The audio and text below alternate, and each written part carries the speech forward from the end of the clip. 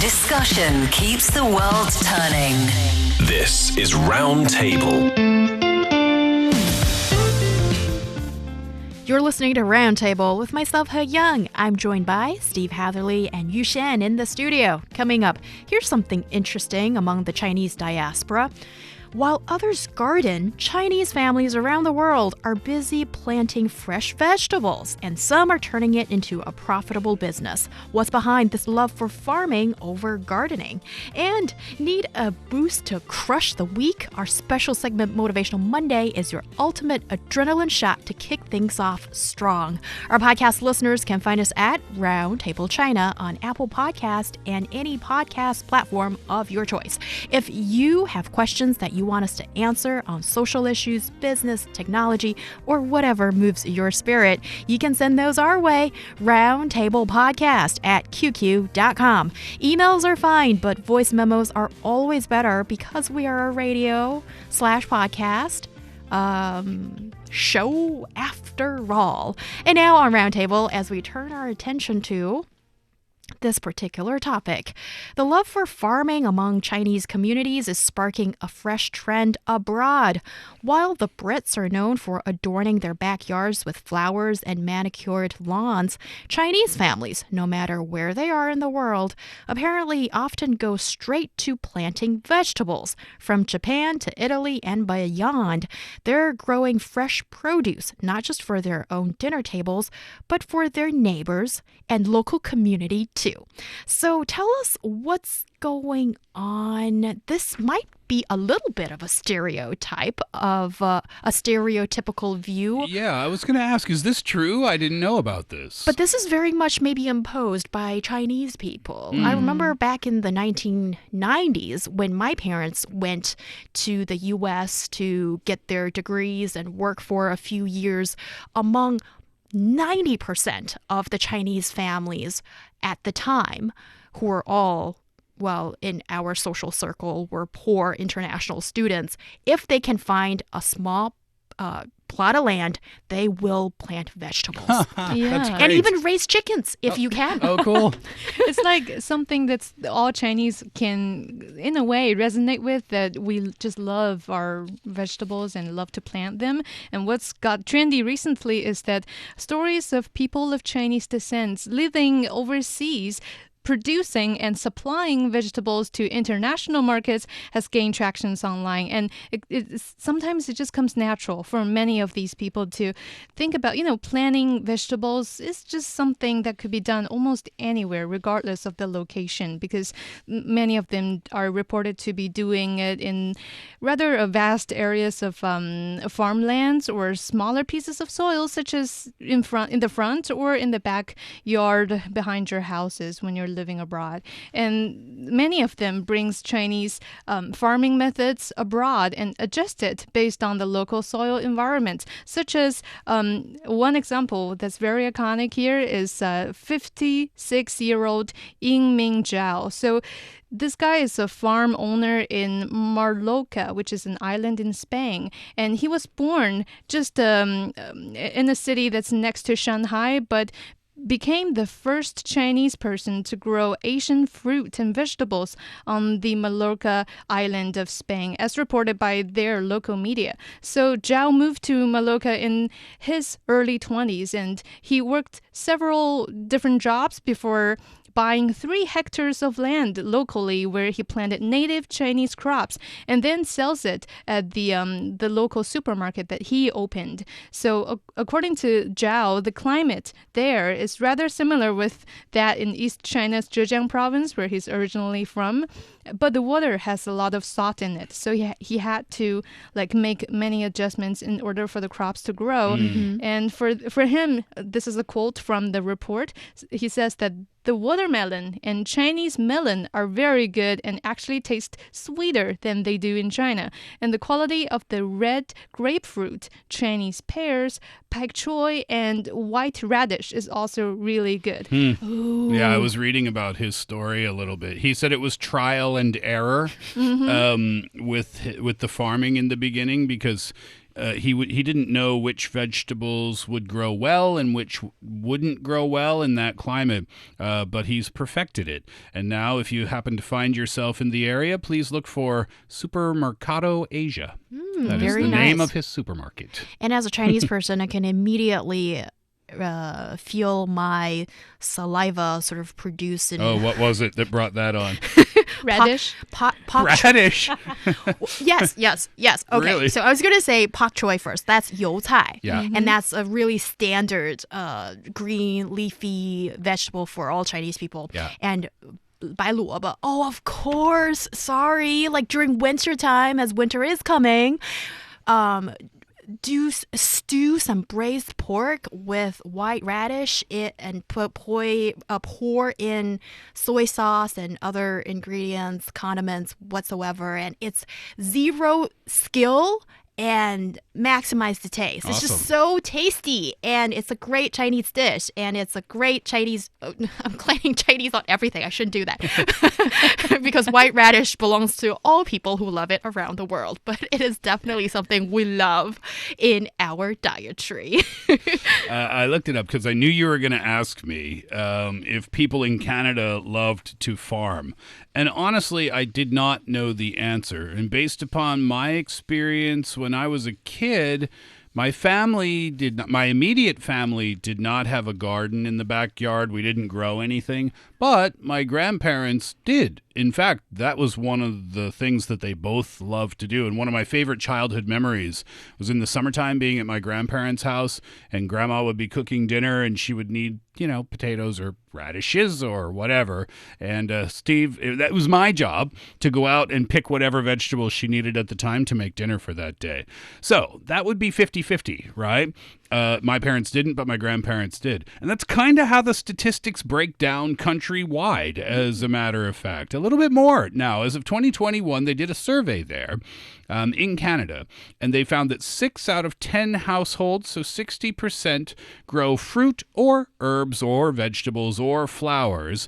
That's a slight increase from 10 years prior. That was 56% at that time, so basically the same thing. I guess we can learn from that gardening didn't really become more popular, but it also didn't lose any popularity.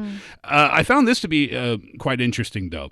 In 2022, they did a big survey, and they found that 1 million households in Canada planned to start gardening for the first time. And they asked them why. Why are you planning on doing this? 41% said they want to save some money. Shopping. 49% said they think they can grow better vegetables than the ones that are available in the grocery stores. And this is very Canadian. 75% said, I don't know, just something to do. And that's such a high percentage. Fun hobby. Right. So is it like every... No, it's not everybody, but it's a lot more people than I expected, though. That's fascinating because if I may offer just a little bit of a comparison, I lived in the UK for a few years, and gardening is such a huge strand of their culture, of their tradition. Anybody who is fortunate enough to have a garden, they will plant flowers. And as a Chinese person, also, I'm one of the members of the millennial generation, so we've been through hardship when we were kids. Like, when I was a kid, my family lived in one room. Like, okay, because Yushan is of the Gen Z, the younger Zoomer come on. generation. My family used to live in basements when we were starting off. Well, It's the same. It's not a competition of hardship, I suppose. But just for younger folks in this country, a lot of them were born in, living in an apartment. But back then, when, in the 1980s, 90s, a lot of families lived in bungalows. And having a nuclear family in a room, even if it's just one room with no living room, that was considered really nice. So you're saying there was no space available? Oh, of course. And even till today, unless you live in a villa, you don't have the space to garden if you live in Chinese cities. Well, also the legality of it. I doubt you can just walk down the street in Beijing and choose an empty piece of grass and plant a carrot there. You can't do that. Right? I don't think you can. That's what I mean. Yeah, because first of all, in this country, you don't own land. Yes. Yeah, land it's a complicated legal matter, and it's state-owned.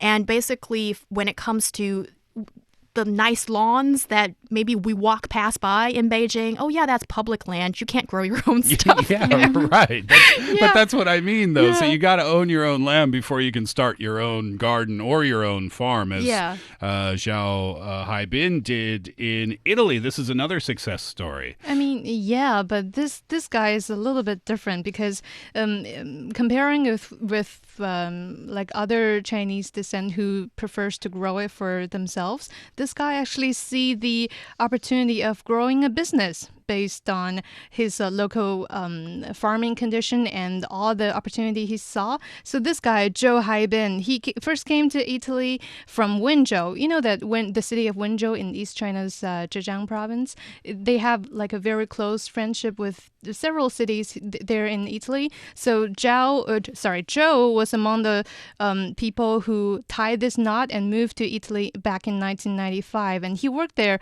in a Chinese restaurant, and where he observed how the restaurants were working and realized that, hey, you guys don't have decent vegetables. And a lot of the vegetables served in the Chinese restaurant in Italy, according to him, was imported from Thailand, and they were relatively limited in variety. So that's what triggered him to wanted to start this whole business of farming for vegetables from China and also to supply it to local communities and Chinese restaurants. And he did it because today Zhou's farm covers more than 23 hectares and supplies over 50 types of vegetables, including sweet potatoes, bitter melon. Have you ever heard of bitter melon? Bitter Steve? melon? I don't think so. It's it translates directly into Chinese into 苦瓜, but it's something that has a lot of folds on, like how do you describe it? It's like a bitter little yellow melon. Is that No, the one? it's not a melon. It's kind of like a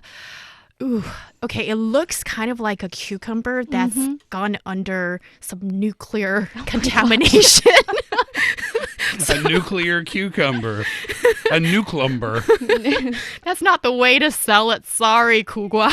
But that's how it looks like, in my humble opinion. And it tastes bitter. It's not that juicy. It's a weird vegetable, but Chinese people love it to have it during especially summertime. Yeah. When it's supposed to like sort of bring out the necessary heat outside of your out of your system. And yeah, it's a pretty common summer vegetable. I've just looked it up. I'm looking at the image right now. Yeah, nuclear cucumber. right, is not right? that. Yeah, it's like a It's got cucumber really that had bumpy some plastic surface. surgery or something. Yeah. I've seen these in the supermarket, but I haven't purchased one because I didn't know how to cook with it.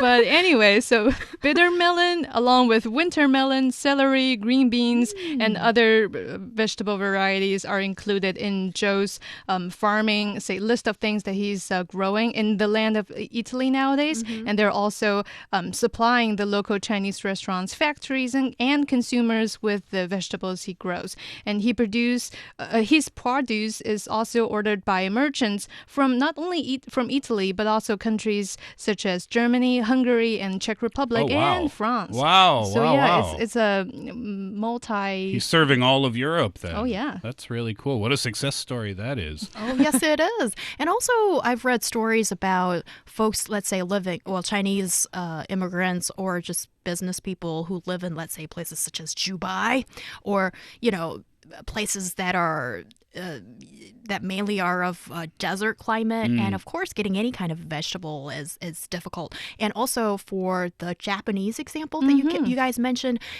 in case you didn't know, fruit and vegetables are so expensive in Japan. So, in those climates and situations, it makes a lot of sense to try to grow your own vegetable, I would think. Yeah, there's one, sorry, I'm always telling the stories here, but I've been reading a lot of stories lately, and there's one that's precisely what you just described, Heyang, because of the extreme weathers in recent years, vegetable prices in Japan is like skyrocketing, with one tomato costing as much as 15 yuan or almost $2 for one tomato. And that's what triggered this lady named Chen Li, who married off to Japan, and also like many other Japanese ladies, she just prefers to stay indoor as a housewife, where she just picked up this gardening skill from scratch through learning from online tutorials about 2 years ago. And the main purpose for her is just to grow healthy vegetables and also save some daily costs for grocery as well. Yeah. And to ensure the produce was healthy, she rarely used pesticides. And nowadays she can grow enough vegetables, including radishes and some, green leaf vegetables that's kind of Chinese, but now growing healthily on the Japanese soil as well. And just supply her family and in a very reasonable price, because according to the report, her family's monthly food expenses are now reduced to just about 50,000 Japanese yen, or around $320. Very affordable. Yeah. And also we see that overseas in Africa, there are some major agricultural projects going on there as well. And we see that there's increasing agricultural technology cooperation between China and Africa. The bitter melon also grows in Africa. Sorry, I've just been doing some light reading on the bitter melon while you were talking about the Japanese garden story. Sorry to interrupt. African-Chinese cooperation, you were saying. Or about to say. No, I forgot where I was starting. But yes, there's been a lot of overseas agricultural projects, particularly between China and Africa in recent years. Because, as far as I've been reading online, there's been an increasing agricultural technology cooperation between China and Africa, as statistics show that there are currently more than 100,000 Chinese people engaged in agricultural production and technical guidance on the African continent, spreading across to more than 50 countries and regions in Africa. And they also get involved in various agricultural sectors, such as grains, vegetables, fruits, tea, cotton, oilseeds, and livestock. And one big impression I got from my CIIE trip, as I was kept on, reporting for you guys just a few weeks ago, I was talking to this guy from Ethiopia. He is like a local minister or something. And according to him, every 10 sesame that Chinese people eat, there are 8 sesame that comes from Africa. And in the meantime, these sesame, the seeds, the growing techniques, and the cultivation and farming, everything when it comes to producing these sesame are also in close tie, collaborating with Chinese enterprises and governmental subsidies as well. So for them, this is like a win-win cooperation, and it brings a lot of jobs, and it brings a lot of, new ideas on how to grow things better. Even though the crops is from China, but they're growing good and they're growing big in the lands of Africa. Oh, that is so interesting. And it's so great to hear this from you. You brought something back from your week-long reporting at the CIIE. And it's Which truly is totally off topic from the other things that you were reporting on. That's awesome. Yeah. And now, you get the chance to share your observation in the farming industry. And also, here are some figures that really stood out to me. According to the 2023 China Agricultural Outlook report, China's total vegetable production in 2022 reached 791 million tons, an increase of 2% from the previous year. And hear this, China's vegetable exports accounted for approximately 14% of the world's total vegetable exports. And because I always just think, okay, vegetables, that's a perishable goods category. And to export it, there's definitely the tech and logistics sort of guarantee that needs to be in place. And also you need to have an abundance to be able to export. And this is just such a fascinating topic. And before we go on, I like just to circle back to one little thing about this the stereotype that we didn't get to talk about the second half. Oh, the people planting gardens and stuff? Yes, and the thing is, okay, so like we've established that here in China, at least, part of our observation is that, can I attribute this maybe to this long-standing struggle of food scarcity that has shaped our cultural values and attitudes towards self-sufficiency? Like when you look at the thousands of years of Chinese history, is only in the last 40 plus years have we been able to feed ourselves properly. Yeah. And then when you look at, let's say, the English left their gardens. There's this long ingrained tradition that they have. And yes, their gardens, if you're planting flowers, then that is for ornamental and aesthetic purpose. It's not to feed your hunger. And then, so in our generation, I just find it fascinating that, when we talk about, Chinese people, do we prefer farming over gardening? But I wonder is it true that it's in our genes, or is it still just in our memory that after a few more generations, well, when people don't have that memory of starvation, then they wouldn't want to plant stuff. They would want to plant, flowers instead of vegetables, maybe. Maybe not. And I don't know if this is a a good comparison or not, but there's something in the Korean language culture where after every mealtime or around mealtime, people will ask their coworkers or their friends, "식사했어요? Did you eat?" And I found that to be an odd question when I moved there. Like, yeah, why are you asking me? Well, the reason is because of what you just talked about. A long time ago, people didn't have enough food to eat, and that just became a part of the language culture every day. So back to here in China, I don't think it's as much about necessity anymore as it used to be, but maybe it's just, and I'm speculating, I don't know, but maybe it's just a part of the culture now. And if it's part of the culture, then it'll probably just be a part of the culture for a long, long time. And yeah, I agree with that because I do believe it's in our genes as well because, I'm a history and cultural fanatic, and according to my reading in previous times, I recognize that this country is just based on such an economic model that's built upon agriculture because thousands of years ago when China became China, it's based on agriculture and how farming has been, supplying the country over multiple different, reigns and altogether become what we call China nowadays. This whole thing is built on the agricultural civilization. So yeah, I do believe it's in our genes. Well, actually, I still would beg to defer that maybe that's going to change. Give it one more generation. Who doesn't want to sit on the sofa and just open a fresh box of already cut up melons? Bitter melons. Ew. White radishes. Coming up next, Motivational Monday. Motivational Monday.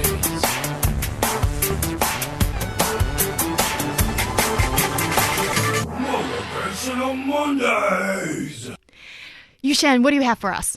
Oh my gosh, I'm almost not sure if this qualifies as a Motivation Monday, but here's the thing. I've probably 100-year-old to a lot of our young listeners out there, but I've recently just had my first person experience of just playing Black Myth Wukong, but not playing it myself, but to watch other people live stream playing it. So my thoughts on watching people playing it is also what marks my first time seeing the game, how it's done, and all the views, like why people love it. And it struck me so hard that this game is not only known for its excellent production quality, but also it incorporates many life philosophies within the storyline, within the narratives as well. That's worth pondering into the game experience. Because I realized there are more than once there are sideline characters shouting out to the player who is playing the monkey role that don't go any further. Once you enter here, there's no return, or something like run, little monkey, if you can't defeat him, like defeating a boss or something.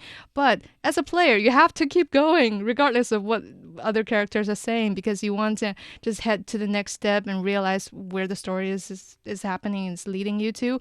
But it also reminds me that this whole immersive experience that through these lines, through these other characters, they're trying to build such an experience for you to realize that you as a player behind the monkey, you are going forward all the way with the monkey, and you're fighting all the big bosses, the evil opponents, the powerful opponents with such persistence that's, almost make you unstoppable. And even for me, not playing it myself, just by watching the live streamer playing it, I feel like I feel empowered of conquering the next step.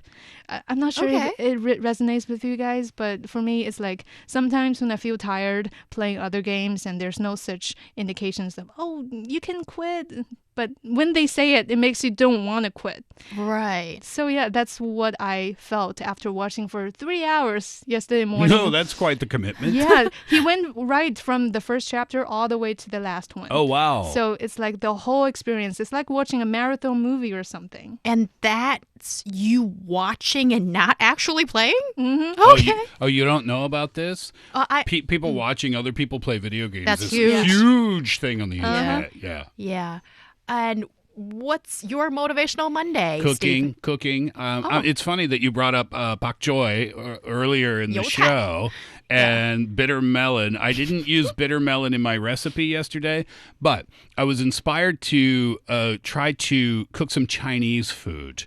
And I wanted to do like a stir-fry noodle dish, like a chow mein type thing. And I attempted, and I think I failed because I bought the wrong noodles, but I was motivated to try to cook some local food, and I'm going to keep doing that. So I'll report back later. Yay. That's great. And that's our Motivational Monday. Thank you so much, Steve and Yushan, for joining the discussion. I'm Heyang. Have a beautiful day. We'll see you next time.